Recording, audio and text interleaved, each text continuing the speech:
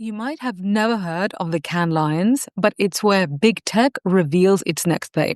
So, for example, this year, WhatsApp announced that they're launching ads. And I was there. And in this episode, I'm going to tell you the key trends that matter for your venture now. Welcome to the Tech for Non-Techies podcast. I'm your host, tech entrepreneur, executive coach, and Chicago Booth MBA, Sophia Matveeva. My aim here is to help you have a great career in the digital age. In a time when even your coffee shop has an app, you simply have to speak tech. On this podcast, I share core technology concepts, help you relate them to business outcomes, and most importantly, share practical advice on what you can do to become a digital leader today. If you want to have a great career in the digital age, this podcast is for you. Hello, smart people. How are you today? If we haven't met yet, hello, I'm Sophia Matveeva. I'm a non-technical founder who has built tech businesses from scratch and helped governments and Fortune 500s upskill for the digital economy. And this show is where non-technical founders learn how to build their ventures without drowning in tech jargon or learning to code. So if that's your goal, then hit subscribe. Well, I have just returned from the Cannes Lions 2025. And if you've never heard of what the Cannes Lions is, then don't worry, because by the end of this episode, you will know not only what it is, but why it matters and what trends are most relevant to you, whether you're building a startup or running a brand or innovating inside a large corporation.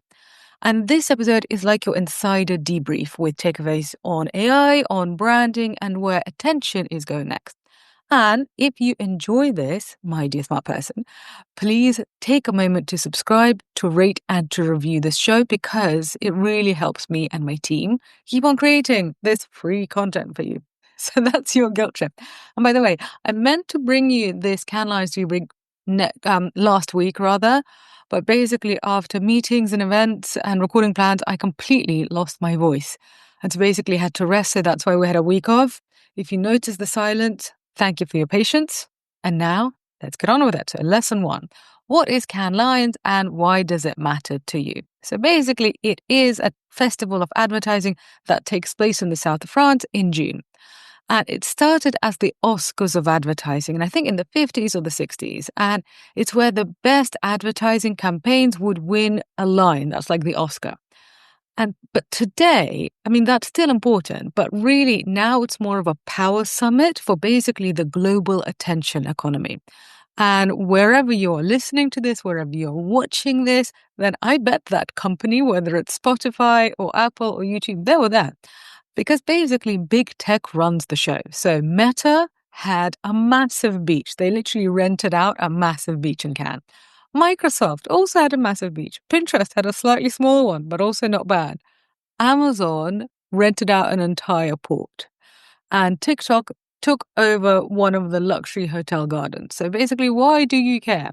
Well, the reason why we all care is because what big tech announces at Cannes Lions affect everybody building digital product, because most likely you are going to be advertising your digital product on one of these companies, or you're going to have your APIs linked to one of these companies. So you are going to somehow be part of their infrastructure. So what they're doing and what trends and products they are announcing, that's really important for all of us. So for example, even if we just look at the consumer side of things. So for example, WhatsApp announced that they're launching ads and they chose to do it at the Cannes Lions Festival of Creativity. So basically, it means that even the most private platform is now part of this public attention economy. So if your business touches content, if it touches marketing, if it touches AI or consumer tech, I really suggest that you basically dive into what happens at the Cannes Lions. So one of the key things is that basically everybody, like all the panels, somehow mentioned AI. AI was absolutely everywhere. And frankly, it was the same last year. But most of the content on AI was really fluffy. It was kind of similar to what I saw at the Economist Innovation Summit, which I did an episode about a couple of months ago. So yes, everybody's talking about how it's important and it's changing things and it's great. And, let's keep the human in the loop. But, I've basically just told you what they said, and they would somehow string it out over like a half an hour talk. And it reminded me of when a few years ago, remember when Mark Zuckerberg decided that we're all going to live in the metaverse? So Cannes Lions was one year, it was all about the metaverse and Web3, and it was basically a little bit disingenuous, I'd say. So it wasn't quite as it wasn't quite as delusional, but what people weren't talking about is the number of jobs that are either going because of AI, or basically the number of jobs that are not going to exist. So especially in the advertising industry, in the content production industry, a lot of the junior jobs, they're basically not really being recruited anymore.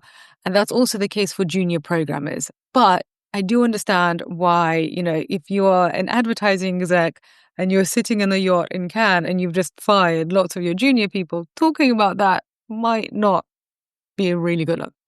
But there was one use case that I thought was really interesting, and that came from WPP. WPP, one of the really big advertising conglomerates. They said that they have used AI to create 25 synthetic personas. So basically different types of people. So one of the people that they spoke about was that they've got this persona. Her name is Hannah. She's a small restaurant owner. And basically, they understand her likes, they know where she goes, like where she goes shopping and what she reads and so on. And so when they come up with advertising ideas or product ideas, they basically show it to Hannah and see how she responds. And this is interesting because this is actually something that all of you can do, just using ChatGPT or Claude or whichever platform that you're doing. You can basically create a persona. And I would just start with basically feeding in some prompts about, okay, what do you need from me to make a synthetic persona, and go from there. Do you want another episode on how to make synthetic personas? We can do that. I actually learned a lot from that panel. But anyway, you can literally show a fake person, a fake ad, and then get feedback. And that's really useful because you can test ideas for creative and you can test ideas for new products without actually, like before you actually start speaking to people, which is useful. You should still speak to people, but it's basically a useful thing to do. Okay. Another trend that I think is really, really useful for people to know about, especially if you're at very early stages and you basically have no money, is that media is everywhere. So I don't want you to think of advertising only as TV or TikTok or Facebook, because these platforms, they can be really expensive.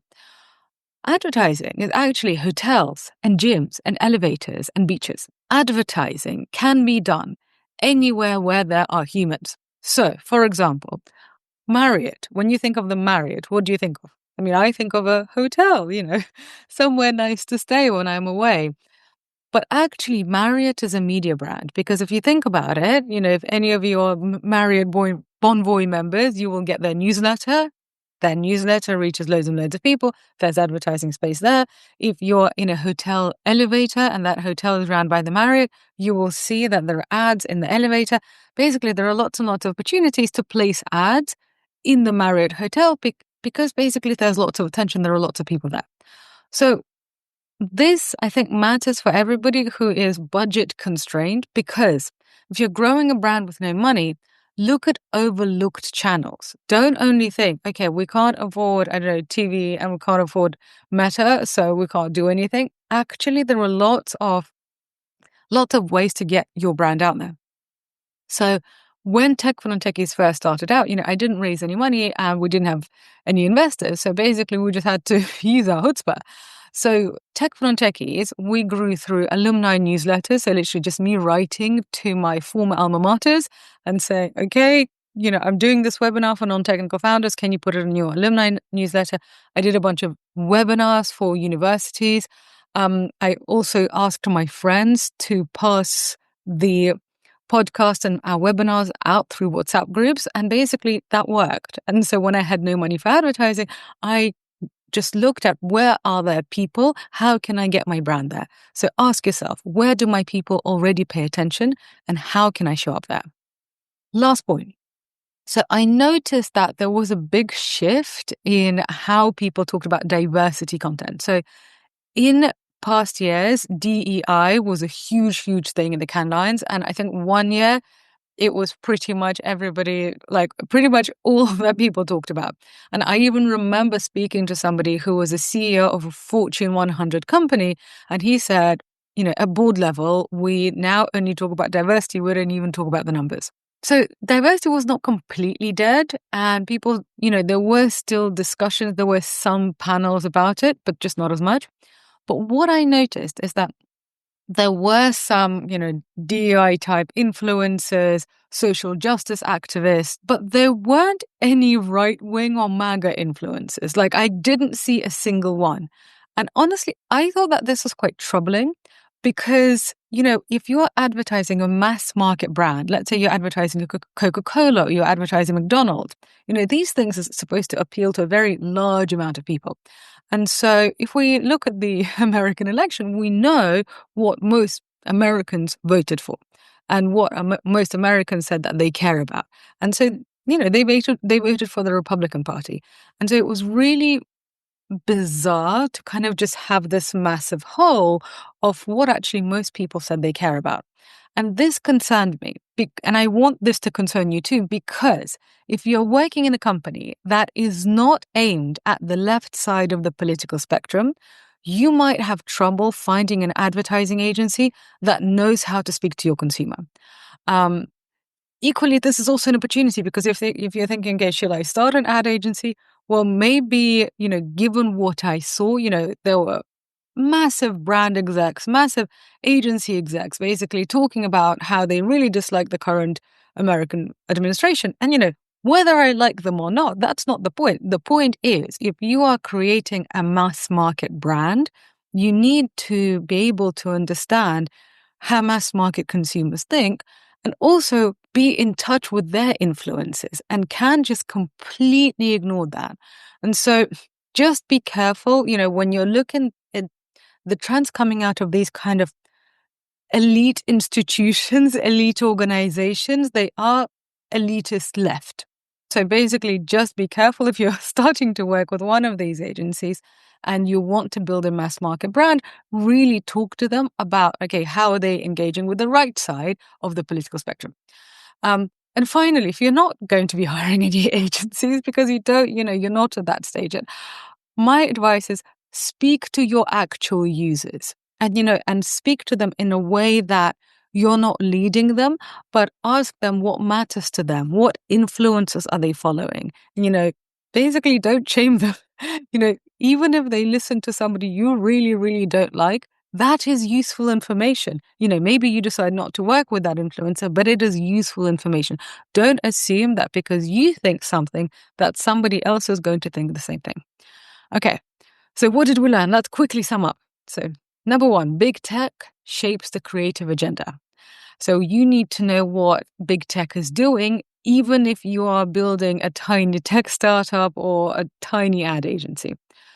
AI, so the second thing is AI is changing how you work, and you can actually build synthetic personas to test product ideas. And I think that's really, really cool. And I'm going to be playing around with that and teaching my students how to do that.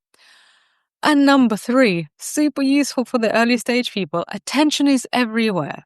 So great brands show up in unexpected places. Just remember, Marriott is a media brand, which is really surprising, right? So just think about, where are my people? How can I reach them? Because often it's actually much cheaper to get into, say, a WhatsApp group than it is to advertise on Meta. Okay, I hope you have found this useful. I probably expect that you did because you're still here. And if you did, then please leave the show a rating and a review. And if you've already done that, then please share this with a smart friend who wants to stay ahead in business and in tech. Thank you very much for listening. It's been a pleasure spending time with you. Have a wonderful day, and I shall be back in your delightful smart ears next week. Ciao.